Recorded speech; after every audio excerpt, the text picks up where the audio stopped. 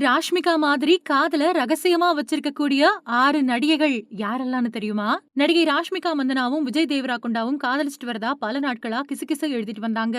இந்த நிலையில 2 பேரும் அவங்களோட இல்லத்துல ரகசியமா நிச்சயதார்த்தம் செஞ்சுக்கிட்டதாவும், அடுத்த வருஷம் ஜனவரி மாசம் கல்யாணம் பண்ணிக்க போறதாவும் சொல்லப்படுது. இவங்கள மாதிரியே இன்னும் சில நடிகைகளும் அவங்களோட உறவ ரகசியமாவே வச்சிருக்காங்க. அனுபமாவும், துருவ் விக்ரமும் முத்தம் கொடுத்துக்கிறது மாதிரி இருக்கக்கூடிய Spotify பிளேலிஸ்ட் கொஞ்சம் மாசங்களுக்கு முன்னாடி இணையத்துல வைரல் ஆச்சு. அதுக்கு பின்னாடி அந்த பிளேலிஸ்ட் டெலீட் ஆயிடுச்சு. இப்போ 2 பேரும் பைசன் படத்துல ஜோடியா நடிச்சிட்டு வராங்க. இவங்களுக்குள்ளான உறவு பத்தியும் அதிகாரப்பூர்வ தகவல் எதுவுமே வெளியாகல.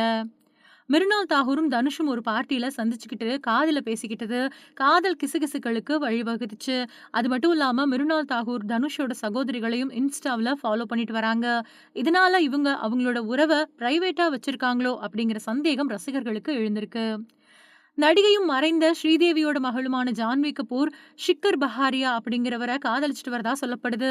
இவங்களும் அவங்களோட உறவு பத்தி வெளியே எங்கேயுமே பேசுறது கிடையாது.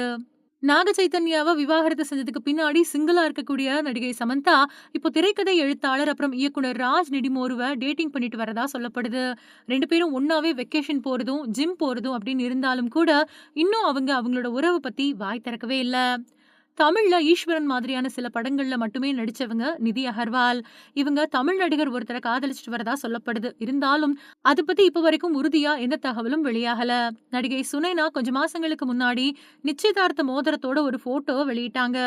அவங்க துபாய் இணைய பிரபலம் கலித் அல் அமேரி கூட காதல் உறவுல இருக்கிறதா சொல்லப்பட்டுச்சு. ஆனா இத பத்தி எந்த அறிவிப்பும் அவங்க தரப்புல இருந்து வெளியிடப்படவே இல்ல.